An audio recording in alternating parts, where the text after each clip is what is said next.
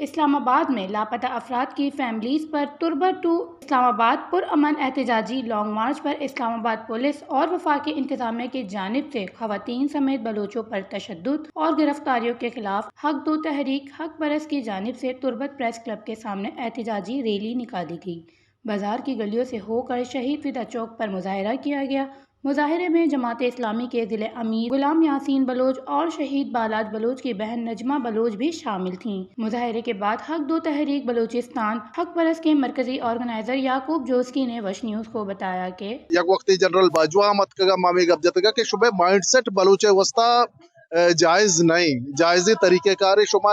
ایر نکوتا پا بلوچ وسطی اور مین چیز ہم ہمیشہ کہ دوسرے ایک کریک ڈاؤن ثابت کت کہ من وفاق من اسلام آباد بلوچانا اما سیمی درجہ شہری سمجھی نو اسلام آباد یا اسلام آباد مائنڈ سیٹ جو میں بلوچ قومے گما میں ماتو گوارا نسرا یہ تشدد کو تھا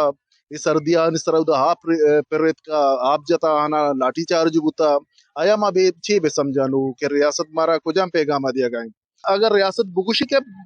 بلوچستان قبضہ ہی ورما پر ہم نے احتجاج وسطا ایتا چوکا نسرا من یہاں درنا نہ دیا ایتا میں احتجاج ریلی نہ کنا۔